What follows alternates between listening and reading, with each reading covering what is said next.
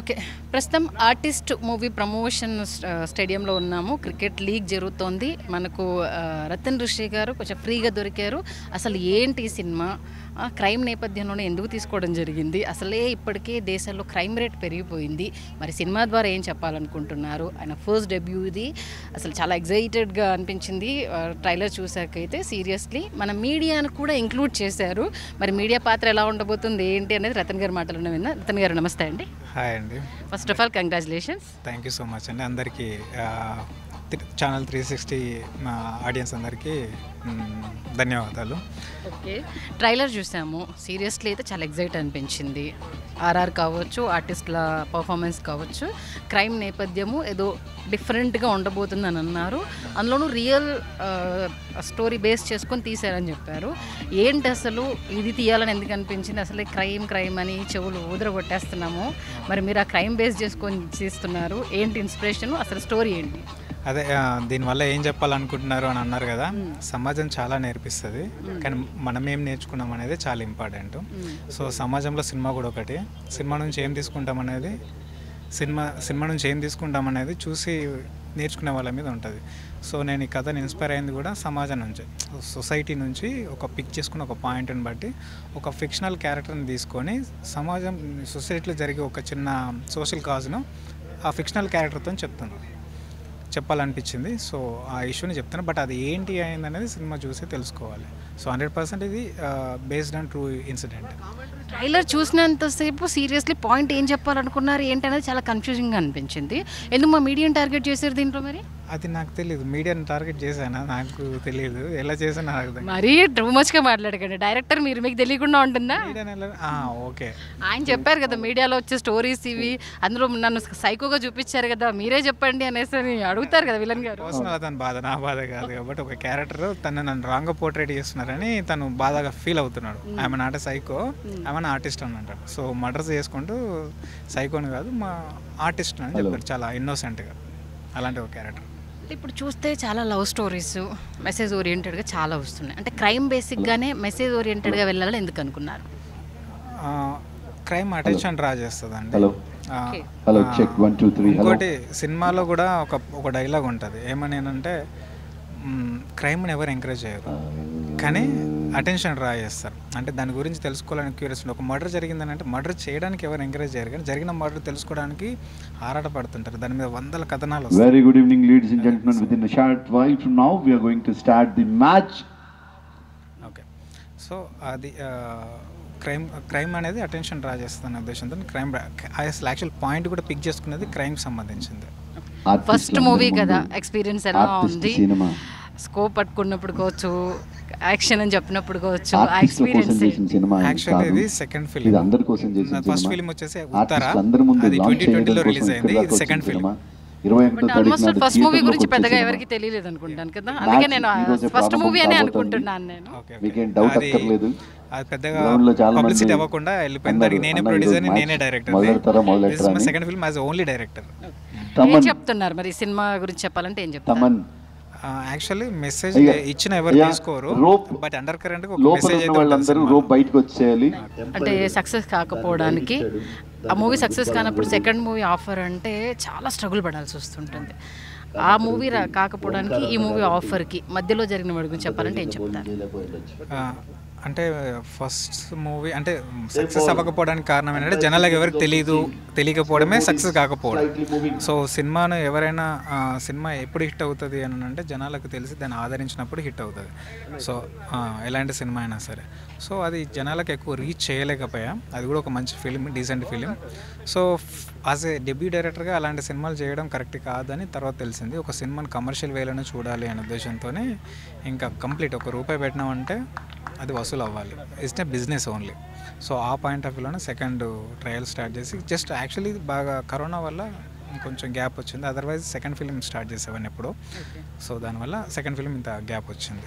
And ఇంకోటి, ఈ మూవీని ఒక క్రైమ్ ఇన్వెస్టిగేషన్ స్టైల్లో చూడకూడదు, అలాంటి సినిమా కాదు ఇది. ఇట్స్ కంప్లీట్ ఫుల్ ప్యాక్డ్ అన్నట్టు. అంటే ఒక ఫ్యామిలీ ఉంటుంది, లవ్ స్టోరీ ఉంటుంది, క్రైమ్ సైకోయిజం కూడా ఉంటుంది. సో ఒక రెగ్యులర్ కమర్షియల్ ఈ సైకో థ్రిల్లర్ సినిమా కాదన్నట్టు. అది మీ ప్రొడ్యూసర్ గురించి చెప్పాలంటే ఏం చెప్తారు? నా సెకండ్ ఫిలిం అంతగా ఆడకపోయినప్పటికీ ఫస్ట్ ఫిలిం అంత అవ్వకపోయినప్పటికీ సెకండ్ ఫిలిం నేను అంటే ప్రొడ్యూసింగ్ గురించి చూస్తున్నప్పుడు ఈ ప్రాజెక్టు గురించి బాగా నేను అప్పటికి స్క్రిప్ట్ వర్క్ రాసేసుకున్నాను, ఫైనల్గా అయిపోయింది. సో నేను ఆల్రెడీ ఆర్టిస్టులకు కూడా కొంతమందికి చెప్పేసి ఉన్నాను. సో ప్రభాకర్ గారికి కానీ, సో వినయ్ వర్మ గారు కానీ ఇలా చెప్పేసి ఉన్నాను. సో అది డిలే అవుతున్న టైంలో సార్కి అప్రోచ్ అయ్యాను. సార్ నాకు ఉత్తర టైంలోనే పరిచయము. సో ఒకసారి చేసి చూద్దామనే ఉద్దేశంతో సార్కి ఇలా సో ఉంది సార్, ఇది ఆర్టిస్ట్లో అనుకుంటున్నట్టు.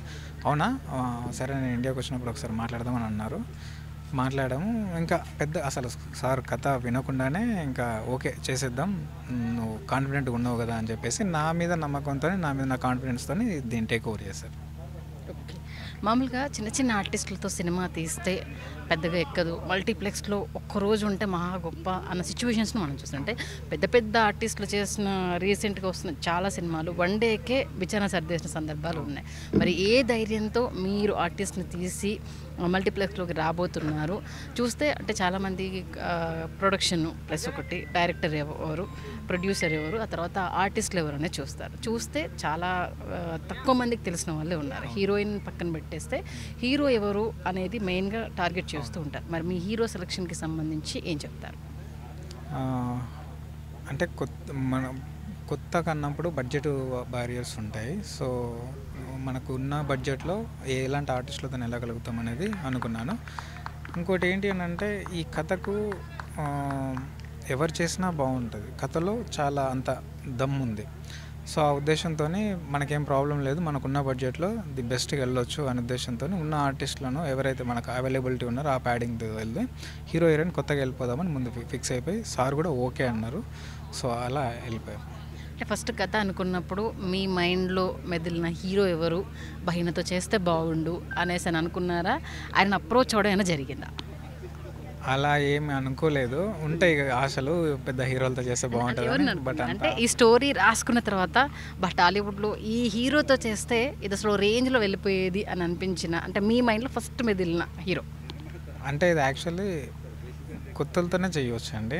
ఒకవేళ వేరే హీరోలతో తెలిసిన హీరోలతో వెళ్ళాలంటే దీన్ని అంతా మారిపోతూ ఉంటుంది, ఎందుకంటే కమర్షియల్ సినిమాలోకి ఫిట్ చేయాల్సి వస్తుంది. సో ఇది రెగ్యులర్ ప్యాటర్న్లో ఉండదు అన్నట్టు, కొంచెం టిపికల్ స్క్రీన్ ప్లేలో ఉంటుంది. సో అది కాబట్టి కొత్తలకి పర్ఫెక్ట్గా వర్కౌట్ అవుతుంది. ఈ మధ్య పార్ట్ 1 పార్ట్ 2 అంటూ సెషన్స్ నడుస్తున్నాయి కదా, మన ఆర్టిస్ట్కి కూడా ఏమన్నా అలాంటివి ఉన్నాయా? లేదండి, నాకు బోర్ కొడుతుంది తీసిన దాని మీద ఇంకా వర్క్ చేయాలి. ఇప్పుడు ఓదెల స్టేషన్ చాలా తక్కువ ఎక్స్పెక్టేషన్స్ తోటి వచ్చింది. సీన్ కట్ చేస్తే ఓదలట్టు తమన్నాతో చేస్తున్నారు. అంటే వన్స్ ఒకసారి జనాల్లోకి రీచ్ అయిందంటే సెకండ్ దాని మీద అనేది అసలు అనుకోలేదు. ఫస్ట్ ఓదెల స్టేషన్ 2 ఉంటుందనేది అసలు ఎక్స్పెక్ట్ చేయలేదు.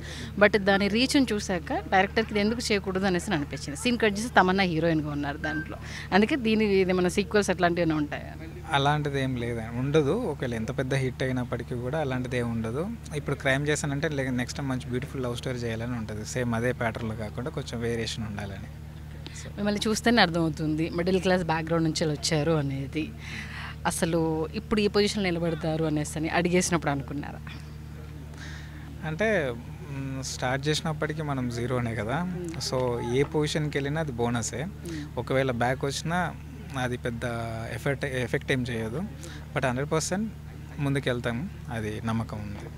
ఓకే, మరి ఆర్టిస్ట్ సినిమా రతన్ రిషిని టాలీవుడ్లో ఎలా ఎక్స్పోజ్ చేయబోతుందని మీ అంచనా?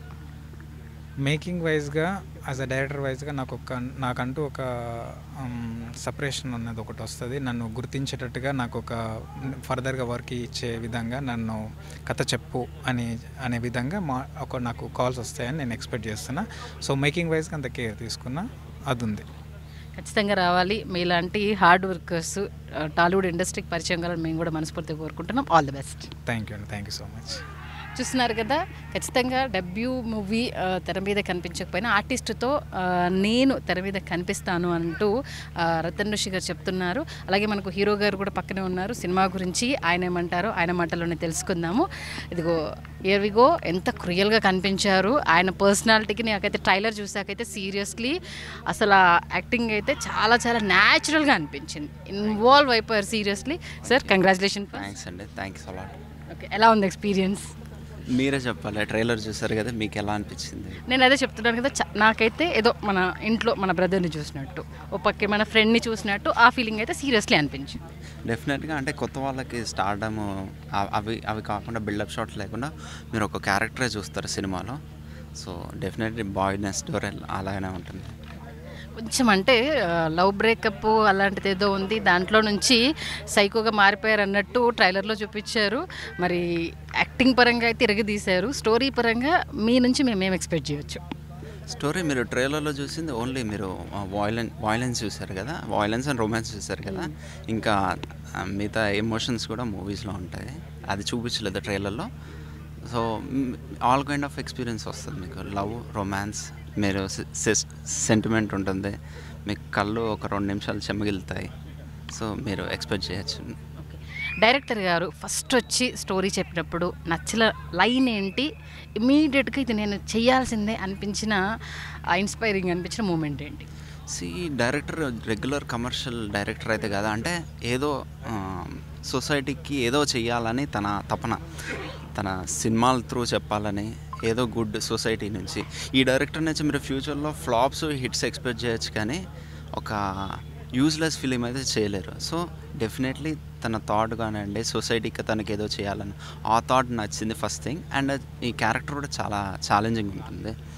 అంటే మామూలుగా మీరు ఇలాంటి హ్యాండ్సమ్ హంక్ నుంచి మంచి రొమాంటిక్ లవ్ స్టోరీ ఈ టైప్ ఆఫ్ ఎక్స్పెక్ట్ చేస్తూ ఉంటారు. అంటే సాహసం చేస్తున్నాను, క్రైమ్ థ్రిల్లర్లోకి ఎంటర్ అవుతున్నాను అనిపించలేదా?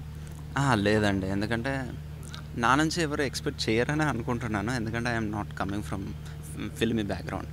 సో నా ఓన్గా వచ్చాను కాబట్టి డెఫినెట్గా ఎక్స్పెక్టేషన్స్ ఉండవు. సో ఎందుకంటే మ్యాడ్ మూవీలో ఆల్రెడీ మిమ్మల్ని చూసాం మేము. అంటే అది యూత్ జనరేషన్కి ఎలా యాప్ట్ అయిపోయారు, ఏంటి, ఎంత హంగామా చేశారు, ఒక విలన్ రోల్లో, అంటే కాలేజ్లో ఎంత సందడి ఉంటుంది, మేము ఎంత చిల్ అవుతామో, గల్లా ఎలా ఎగరేస్తామని చూపించారు. అంటే మీరు తెలుసు ఆర్టిస్ట్గా. అంటే నెక్స్ట్ వచ్చినప్పుడు ఆ కాలేజ్ బ్యాక్గ్రౌండ్ నుంచి వచ్చినప్పుడు ఆబ్వియస్గా రొమాంటిక్ లవ్ స్టోరీస్ వైపు వెళ్తూ ఉంటారు. మీరు ఈ సబ్జెక్ట్ అంటే ఆల్మోస్ట్ ఆల్ డేర్ చేస్తున్నాడు అమ్మా, చాలా రిస్క్ చేస్తున్నాడు అనేసి అన్న కామెంట్స్ ఎవరన్నా అన్నారా? లేదు ఏదో ఒకటి మనం అడిగేస్తేనే కరెక్ట్గా రిజిస్టర్ అవుతామని అనిపించింది?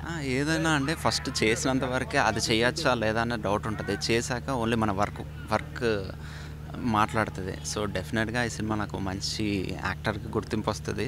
సబ్జెక్ట్స్ ఏముందండి, మనం సెలెక్ట్ చేసిన దాన్ని what ever it comes I have to fulfil it. అంటే నా 100% ఇవ్వాలి కాబట్టి అది ఏదైనా క్యారెక్టర్ ఇప్పుడు ఇది చేశాను, నెక్స్ట్ మేబీ మీరు అన్నట్టు లవ్, రొమాన్స్ ఏమైనా చేయొచ్చు.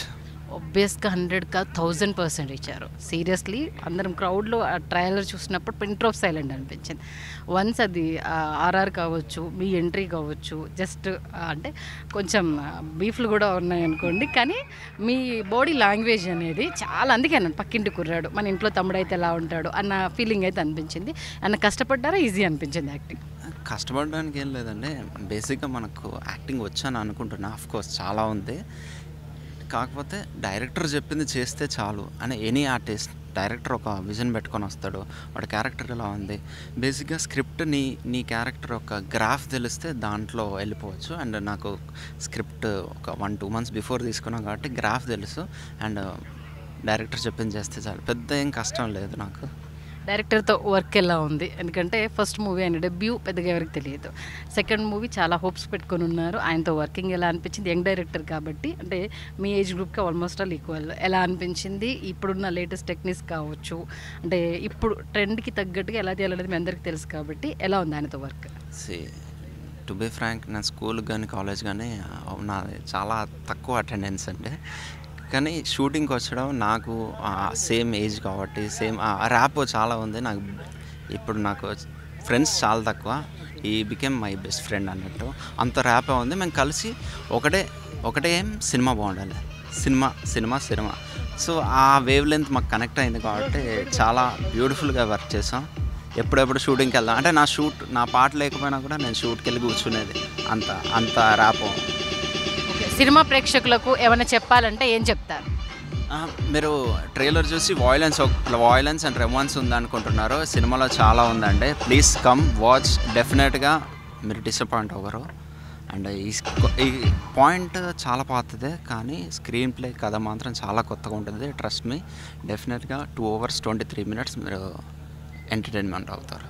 ఓకే, మా తరపున కూడా మీకు ఆల్ ది బెస్ట్ చెప్తున్నాము. రాబోయే రోజుల్లో మంచి మంచి సినిమాలు మీ అకౌంట్లో పడాలి, మేము కూడా ఎంటర్టైన్ అవ్వాలని మనస్ఫూర్తిగా కోరుకుంటున్నాం. Thank you. Artist movie heroine Krishika మనతో ఉన్నారు. తనకు ఫస్ట్ డెబ్యూ. మరి ఆర్టిస్ట్తో తెలుగు ఇండస్ట్రీకి పరిచయం అయింది. తను ఎక్స్పీరియన్స్ ఎలా ఉంది, టాలీవుడ్లో ఎంట్రీ గురించి అడిగితే ఏం చెప్తారు, అలాగే ఆర్టిస్ట్ మూవీలో తన వర్క్ ఎక్స్పీరియన్స్ అనేది తన మాటల్లో తెలుసుకుందాం. Krishika, welcome to Tollywood. Thank you so much. ఎలా ఉంది మీ experience? It was great, though it's my first film, so far it's been great. I'm so thankful that I got this opportunity and I, worked in this film because this film is amazing and I'm sure you watched the trailer and you liked it also. So yeah, we are hoping for the best. So yeah, I'm grateful. You are from? I'm from Mumbai. Okay, ఎలా ఉంది Hyderabad? Hyderabad now it has become second home to me because in this entire film, I was here and I think I'm in love with Hyderabad and food. Of course, I love spicy food and here is like next level spice, so I love it. ఎలా వచ్చింది movie opportunity? Any other? So recently I finished one Hindi project and now we are promoting this one and I am in talk with few stuff are there, so let's see. So ये audition Mumbai में किया.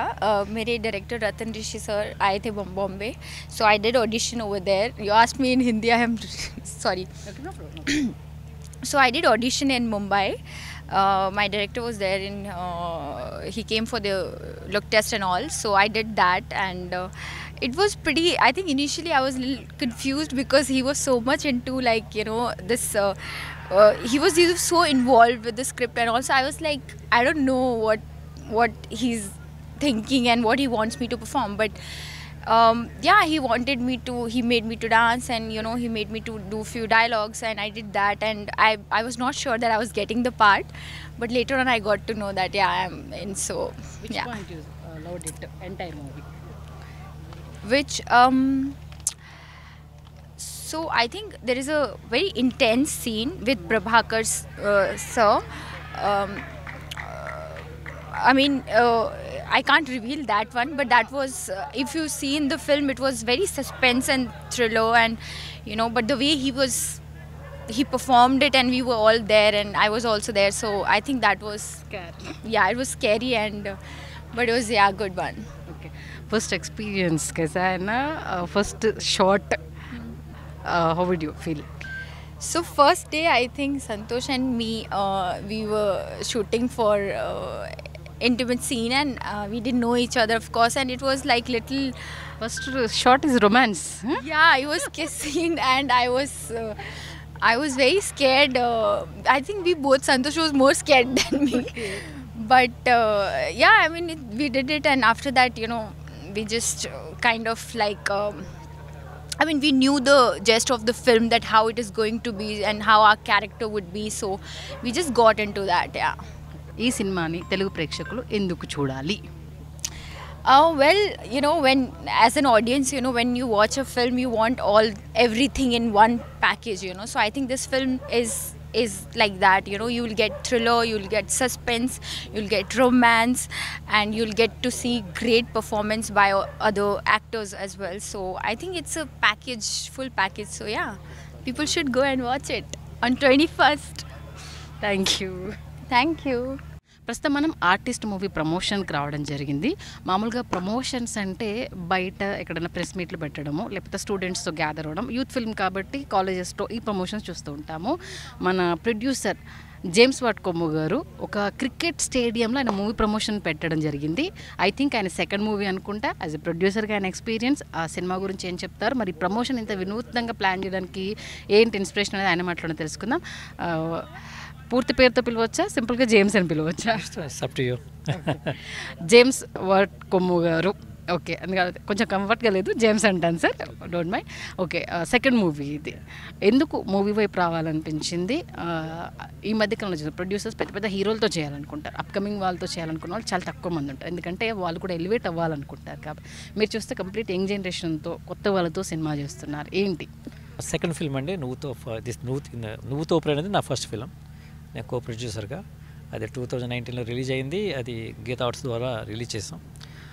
పైగా almost 70% shoot అమెరికాలో చేసాం. అది 30% ఇక్కడ జరిగింది. So యోటా film festival కూడా బెస్ట్ ఫిల్మ్ అవార్డు కూడా వచ్చింది దానికి. సో దాంట్లో మేము కమర్షియల్గా చాలా ప్రాఫిట్ పొందలేకపోయినప్పటికి కూడా సినిమా రంగం వైపు నాకు ఎందుకు ఇంట్రెస్ట్ అంటే కొత్త కళాకారుని ఎంకరేజ్ చేయాలి, వాళ్ళని అప్లిఫ్ట్ చేయాలని ఒక తపన. So some kind of a satisfaction. Moreover ఒక మంచి మెసేజ్ ఒక సొసైటీకి పంపించడానికి ఇది ఒక మంచి వెపన్ అవుతుంది ఇది. అందుకని సినిమా రంగాన్ని వెనుకోవడం జరిగింది. సో అలాగే ప్రతి ఒక్కరు కూడా మీరు సపోర్ట్ చేస్తున్నారు, చాలా థ్యాంక్ యూ వెరీ మచ్. అంటే జేమ్స్ గారు ఫస్ట్ సినిమా ఇండస్ట్రీకి ఏం ఆలోచనతో, అంటే ఒక ఊహా ప్రపంచం సినిమా అనేది, అంటే ఏ థాట్తో అడుగు పెట్టారు, వచ్చిన తర్వాత జేమ్స్ గారికి కనిపించిన అసలు పిక్చర్ ఏంటి? అంటే సినిమా బయట ఉన్నప్పుడు నిజంగా చాలా ఈజీ అనుకుంటామండి, కానీ ఫిల్మ్ మేకింగ్ అనేది అంత ఈజీ కాదు. ఇది చాలా కష్టంతో కూడినటువంటి పని. పైగా నేను బీయింగ్ ఎన్ ఎన్ఆర్ఐ నేను ఆల్మోస్ట్ 10 times వచ్చాను. నేను ఈ మూవీ నిర్మాణానికి నేను 10 times నేను నా కంపెనీస్ని ఫ్యామిలీస్ని ప్రక్కన పెట్టి నేను రావడం జరిగింది. అంటే ఇక్కడ కూడా చాలా శ్రమ అండి ఇది. ఇట్స్ నాట్ ఈజీ, బట్ మనం కరెక్ట్ అయినటువంటి ఒక ప్లాన్తో వెళితే తప్పకుండా సక్సెస్ అవ్వచ్చని ఒక ఆకాంక్ష నాకు. అంటే మన రతన్ ఋషి గారిది ఫస్ట్ డెబ్యూ ఫ్లాప్ అయింది. అసలు ఎప్పుడు వచ్చిందో ఎప్పుడు వెళ్ళిందో తెలియకుండా సేమ్ ఇప్పుడు నూతోపుర సిచ్యువేషన్లానే అది ఉంది. మరి సెకండ్ మూవీకి ఆయన అడగగానే ఎలా ఛాన్స్ ఇచ్చారు, అంటే ఆయన చెప్పిన స్టోరీ లైన్లో మిమ్మల్ని అంతలా ఇంప్రెస్ చేసింది ఏంటి? అంటే వెరీ హానెస్ట్లీ అండి, నేను ఆ స్టోరీ కూడా వినకుండా ముందు ఆయనకి ఎస్ చెప్పాను. ఎందుకంటే ఆయనలో ఒక తపన ఉంది, ఒక డిటర్మినేషన్ ఉన్నటువంటి డైరెక్టరు, ఒక టాలెంట్ ఉన్నటువంటి డైరెక్టర్. అందుకని ఆ స్టోరీ వినకుండా నేను ఎస్ చెప్పిన తర్వాత నేను ఎయిర్పోర్ట్కి వెళ్ళే ముందు ఆ స్టోరీ విన్నాను నేను. అది జరిగింది యాక్చువల్గాను. నేను అంతేగాని నేను 2 గంటలు కూర్చుని స్టోరీ విని ఎస్ చెప్పలేదు. ఫస్ట్ నేను ఆయనకి ఎస్ చెప్పిన తర్వాత నేను స్టోరీ వినటం జరిగింది. సో అంటే అతనిలో ఒక kind of I know for sure you will become a good director. ఎందుకంటే అతను హార్డ్ వర్క్ ఉంది, మంచి ఆలోచన స్టైల్ బాగుంది, and is a very sophisticated director. So అది నాకు నచ్చింది, అందుకని నేను ఆయన్ని వెనుకోవడం జరిగింది డైరెక్టర్గా. మామూలుగా ఇప్పుడు వస్తున్న సినిమా ఇండస్ట్రీలో చాలా డేస్ తీస్తున్నారు, ప్రొడ్యూసర్ని లాస్ చేస్తున్నారు అంటూ మెగాస్టార్ లాంటి వాళ్ళు చెప్పడం జరుగుతుంది. యాజ్ ఎ ప్రొడ్యూసర్గా ఇప్పుడు గట్స్ దిగడము అని చాలామంది అంటున్నారు, ప్రొడ్యూసర్ని బ్రతికించండి అయ్యా, ఆయన లేకపోతే మనకు అన్నం దొరకదు అనేసి అని. అంటే అవి విన్నప్పుడు కాస్ట్ కటింగ్కి సంబంధించి కావచ్చు, లేకపోతే ఆర్టిస్ట్ సెలెక్షన్ కావచ్చు, ప్రొడ్యూసర్ మీద చాలా బాధ్యత ఉంటుంది. అంటే ఒక ఆఫీస్ని మెయింటైన్ చేయడం వేరు, సిస్టమ్ ముందు కూర్చొని అది ఒక పర్టికులర్ ప్రాజెక్ట్ ఉంటుంది, ఈ టైంలో ఫినిష్ చేయాలి, వాళ్ళకి అప్పచెప్పాలి. యాజ్ ఎన్ఆర్ఐగా అది మీకు తెలుసు. బట్ సినిమా దగ్గరికి వచ్చేసరికి అనుకున్నది ఒకటి ఉంటుంది, జరిగేది ఒకటి ఉంటుంది, తెర మీదకి వచ్చేది ఒకటి ఉంటుంది. అనుకున్న టైంలో షెడ్యూల్ కంప్లీట్ అవ్వదు, ఒక్క ఆర్టిస్ట్ రాకపోయినా ఆ రోజు డే అంతా కొలాప్స్ అవుతూ ఉంటుంది. ఒక క్రమశిక్షణ లైఫ్ ఎన్ఆర్ఐలది, అంటే టైం టు టైం లేవడం, అది ఇక్కడికి వచ్చిన తర్వాత డిఫరెంట్గా ఉంటుంది. ఎలా దీన్ని బ్యాలెన్స్ చేశారు? బేసికల్గా అంటే ప్రొడ్యూసర్గా this is such a greatest experience. ఎందుకంటే నేను ప్రతి దాంట్లో కూడా ఇన్వాల్వ్ అయ్యాను. అంటే ప్రొడ్యూసర్ అనే వ్యక్తి, అంటే అప్కమింగ్ ప్రొడ్యూసర్కి నేను ఇచ్చే మెసేజ్ ఏంటంటే you must involve in each and every craft. అంటే ఎవ్రీ టాస్క్లో మనం ఇన్వాల్వ్ అవుతే, అంటే అటు ఆడిషన్ దగ్గర నుంచి ప్రతి ఏరియాలో కూడా మనం ఇన్వాల్వ్ అవుతే చాలా మట్టుకి కాస్ట్ కటింగ్ చేయొచ్చు మనం. అంటే ప్రతి బడ్జెట్లో కూడా మనం ఒక ప్లానింగ్ అండి, అప్పుడు స్క్రిప్ట్ ప్రకారం వెళ్తుందో లేదా. సపోజ్ 40 days షూట్ అనుకోండి, 40 daysలో ఓకే 3-4 days అటు ఇటు అవ్వచ్చు అంతే. అంతకంటే 40 daysని 60 days తీసుకెళ్ళకూడదు, ఆర్ 50 days తీసుకెళ్ళకూడదు. అంటే the more you delay the more you are going to lose money. So therefore producer అనే వ్యక్తి his role is not to spend money, but he should involve in each and every task of the film. Then ఆయన ఎదురుకుండా జరుగుతూ ఉంటుంది, మీకు ఎంత money spend అవుతుంది, ఎంత మనీ ఫ్లో అవుతుంది, ఎంత ఇది అవుతుంది. ఆ ప్రాసెస్లో మీకు కంట్రోల్ ఉంటుంది. అంటే ఇట్స్ లైక్ ఎ ప్రాజెక్ట్. ఇప్పుడు యూఎస్లో మేము when you are doing a project as a project manager, a producer should act as a project manager.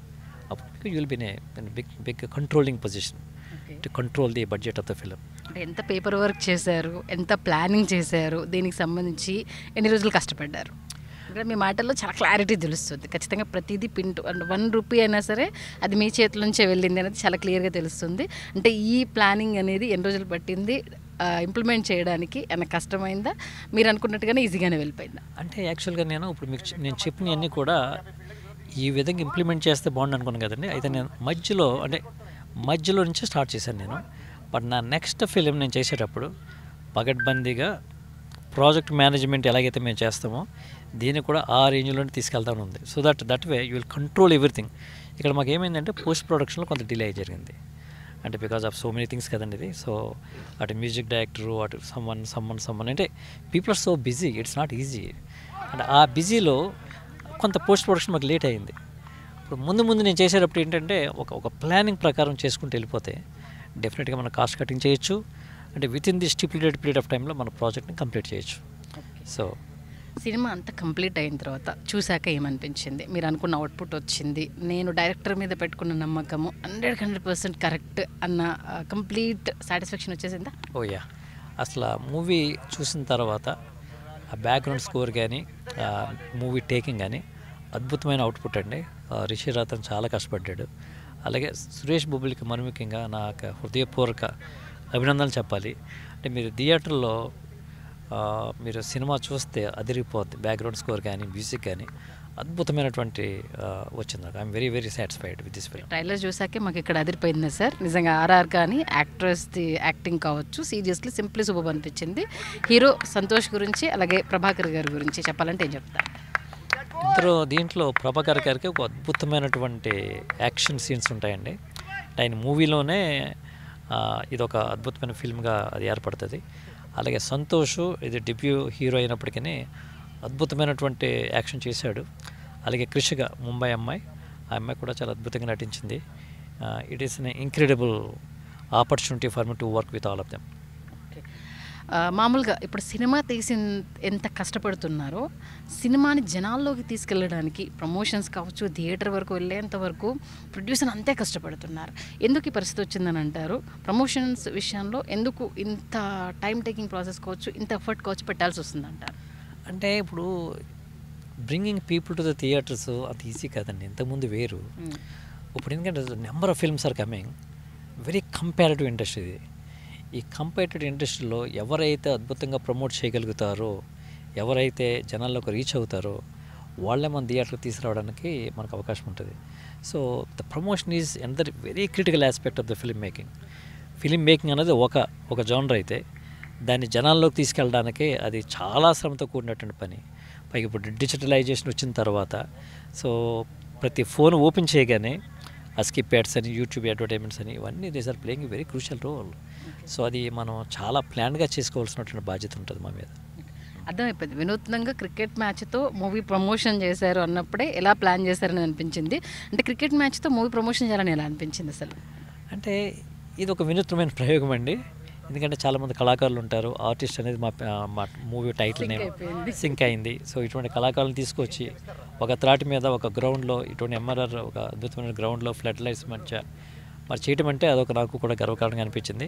మరి వచ్చినటువంటి మరి లెజెండరీ మ్యూజిక్ డైరెక్టర్ తమన్ గారు, ఓంకార్ గారు, ప్రశాంత్ గారు, ఇలా చాలామంది వచ్చారు. వీళ్ళందరూ కూడా నా హృదయపూర్వక ధన్యవాదాలు తెలుపుకుంటున్నాను. మామూలుగా పెద్ద పెద్ద హీరోల సినిమాలే నచ్చకపోతే 1 డేలోనే థియేటర్ నుంచి బయటకు వచ్చేస్తుంది, తర్వాత ఓటీటీ ప్లాట్ఫామ్స్లోకి వచ్చేస్తుంది. మరి ఏ ధైర్యంతో మల్టీప్లెక్స్లోకి రాబోతున్నారు? అంటే ప్రజలు ఇప్పుడు చిన్న సినిమా అంటే ఒక రివ్యూ చూసిన తర్వాత మాత్రమే థియేటర్ దాకా ప్రేక్షకులు రాగలుగుతున్నారు. మరి మీ ఆర్టిస్ట్కి ఎలాంటి ఆదరణ ఉంటుందని అనుకుంటున్నారు?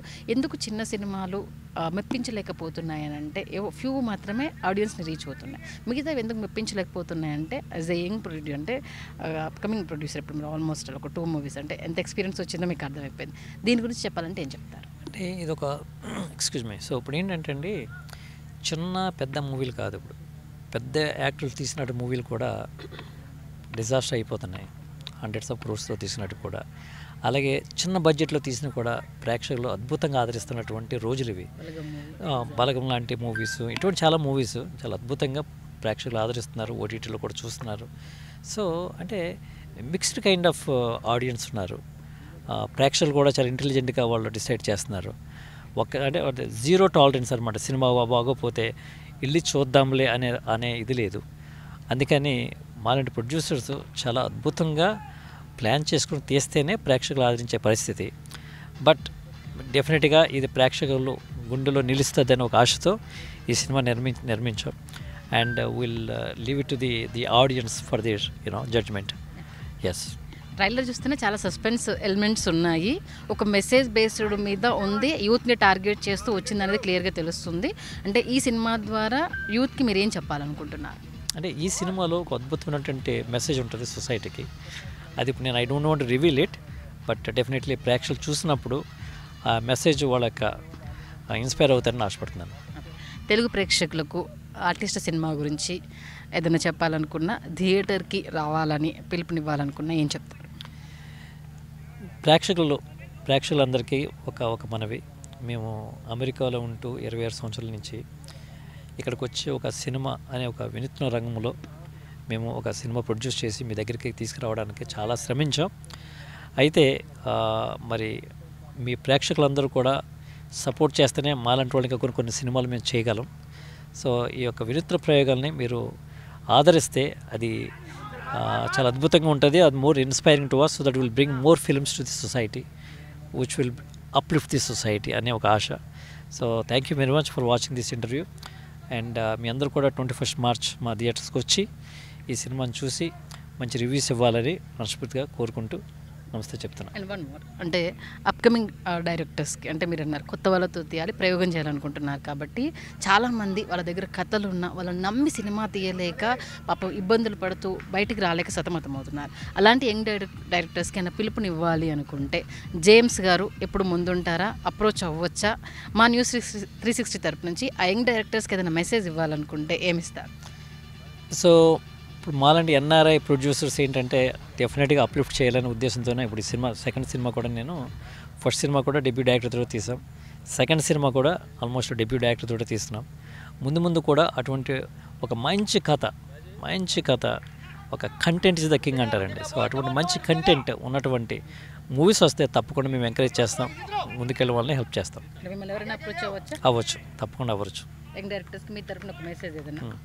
సో యంగ్ డైరెక్టర్స్ మీరు నేను ఇచ్చే మెసేజ్ ఏంటంటే ఒక మంచి కథ అంటే ఒక మంచి కంటెంట్తో ఒక సొసైటీకి ఉపయోగపడే ఒక అద్భుతమైనటువంటి, అంటే అగైన్ ఎంటర్టైన్మెంట్ కమర్షియల్, అంటే ఆర్ట్ రూపంలో కాకుండా మీరు ఎంచుకున్నా అది కమర్షియల్గా హిట్ అవ్వాలి.